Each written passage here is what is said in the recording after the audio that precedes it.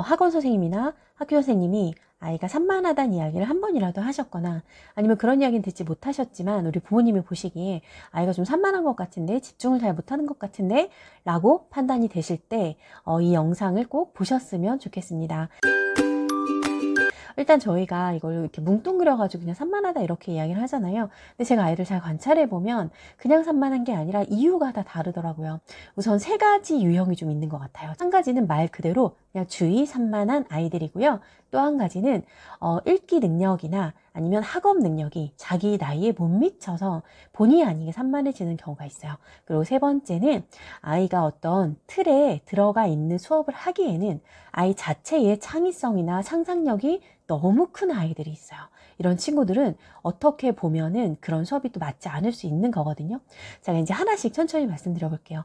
이 주의 산만한 아이들, 가장 이제 저희가 흔하게 보는 사례이기도 한데, 이 주의 산만한 아이들은 그냥 주의가 말 그대로 산만하기 때문에 집에서 딱 시간을 정하셔서 어떤 과제를 딱 해내게 하시는 연습을 계속 시켜주시는 게 저는 가장 현실적인 솔루션이라고 보고요. 가끔 너무 좀 심하다 싶은 경우에 제가 이제 본인들께 검사 받으시라고 권유하는 경우도 있는데 되게 뒤늦게 검사를 받으셔서 그때 ADHD 진단을 받으시는 경우도 저는 꽤 봤거든요. 검사 한번 받아서 의학적인 도움을 좀 받으시는 걸 제가 추천을 드릴게요. 그리고 두 번째는 읽기 능력이 부족하거나 학업 능력이 자기 학력고를 못 따라가서 산만해지는 경우가 있어요. 저 이거 진짜 매일 보거든요. 저희가 생각을 해볼게요.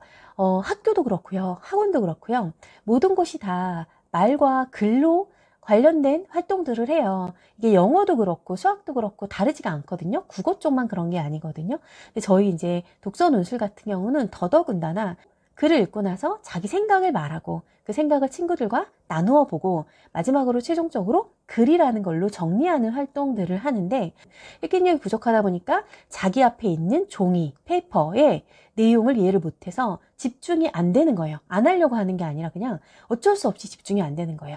근데 이게 읽기 능력도 그렇고 학교에서는 자기 학년의 기초 학력은 저는 항상 중요하다고 말씀을 드리는데 이 기초 학력이라는 거는 저희가 고등학교 때까지 가지고 가야 되는 거고 학교에서 그 과목에서 하는 수업의 기본적인 그 시간에 이루어지는 활동들이 기초학력을 가져가기 위한 수업들이잖아요. 이걸 못 따라가면 아이들이 이해를 못하니까 집중을 할 수가 없더라고요. 어른들도요.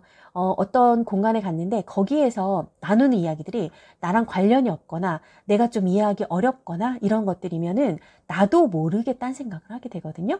친구들 제가 보면서 좀 안타깝다는 마음이 좀 많이 들어요. 그래서 이거는 뭐 당연히 제 그 문제의 솔루션이 나왔지만 기초학력 따라가기 도와주시는 거 하고요. 자기 학년의 읽기 능력은 최소한도로 갖출 수 있게 도와주시는 건 이건 아이가 어느 곳에 가서든지 그 자리에서 자기 존재감을 갖고 앉아있는데 정말 필수인 거거든요. 그래서 이거 꼭 기억해 주시면 좋겠고요. 제가 사실 오늘 영상을 찍는 이유는 이거 세 번째 것 때문인데요.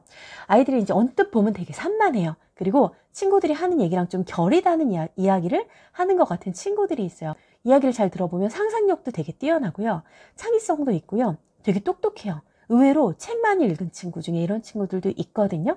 이런 친구들은 제가 판단을 했을 때 언뜻 보기에는 산만하다, 말 그대로 산만하다고 제가 하는 이야기에 집중하지 않고 있고 같이 하는 활동을 잘 하지 않고 어느새 자기 생각에 좀 빠져있는 친구들이 있어요. 좋아하는 일, 좋아하는 책, 하고 싶은 일은 뭐 3시간, 4시간씩 막 몰입을 해서 하는데 이 학원 수업이 아무리 재미있고 자율적이라고 해도 본인이 선택한 게 아니면 잘 못하는 친구들이 있어요. 이런 유형의 친구들이 보통 그렇거든요. 그러면 아이들이 다 좋아하는 활동인데도 불구하고 이 친구는 그거에 집중을 못하는 거예요. 선생님 입장에서는 왜 이 친구는 집중을 못하지? 이것 좀 했으면 좋겠는데 라고 할 수 있지만 그런 친구를 제가 한 1년, 2년 이상 이렇게 지켜본 결과에 의하면 이 친구들은 차라리 이런 어떤 모둠 활동이나 어떤 틀에 짜여진 것 또는 시간이 딱딱딱딱 정해져서 해야 되는 것보다는 이 아이의 하루와 이 아이가 하고 싶은 일을 자율적으로 결정하게 해서 그렇게 하시는 게 저는 맞다라고 생각을 해요. 그럼 이 이야기를 들으시면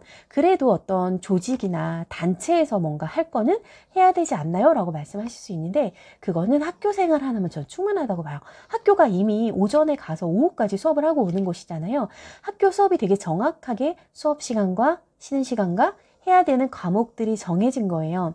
그럼 이런 유형의 친구들은 이미 한껏 하고 왔어요. 거기 이제 자기가 해야 되는 에너지는 다 들여서 했어요. 그럼 나머지 방과 후의 시간들은 이 친구가 하고 싶은 것과 하고 싶은 시간을 좀 자율적으로 정하게 해서 그 시간 안에 수행만 할 수 있게 해주시면 된다고 저는 말씀을 드리고 싶어요. 그래서 만약에 어디서든 한 번이라도 아이가 산만하고 주의 집중력이 떨어진다라는 이야기를 들으셨다면 우리 아이가 어느 유형에 속하는지 한번 살펴보시고 그에 맞는 적절한 솔루션을 좀 하셔서 아이들이 그 수업에 너무 힘들지 않게 적응할 수 있게 좀 도와주시면 좋겠습니다.